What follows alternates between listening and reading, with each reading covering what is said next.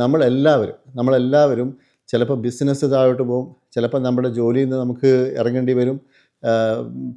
ഇപ്പോഴത്തെ കാര്യം പറയുകയാണെങ്കിൽ പിന്നെ ആർട്ടിഫിഷ്യൽ ഇൻ്റലിജൻസിൻ്റെ സമയമാണ്. അപ്പോൾ ഒരുപക്ഷെ സാധാരണ ഗതിയിൽ കമ്പ്യൂട്ടർ സയൻസും കാര്യങ്ങളൊക്കെ പഠിച്ച ആൾക്കാർ ഇന്ന് ആർട്ടിഫിഷ്യൽ ഇൻ്റലിജൻസിൻ്റെ പ്രശ്നം വന്നിട്ട് അവർക്ക് ജോലി പോയി.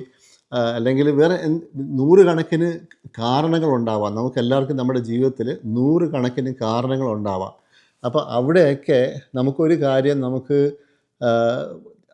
ഉറപ്പിക്കാവുന്നത് എന്താണെന്ന് വെച്ചാൽ, ഒന്ന്, നമ്മുടെ ഈ ചെറിയ ഈ കുലുക്കങ്ങൾ നമുക്കുണ്ടാകുമ്പോൾ, അതായത് ഡിപ്സ് ഉണ്ടാകുമ്പോൾ, അതിൻ്റെ അർത്ഥം നമ്മുടെ ജീവിതം അവിടെ കൊണ്ട് തീർന്നു എന്നല്ല.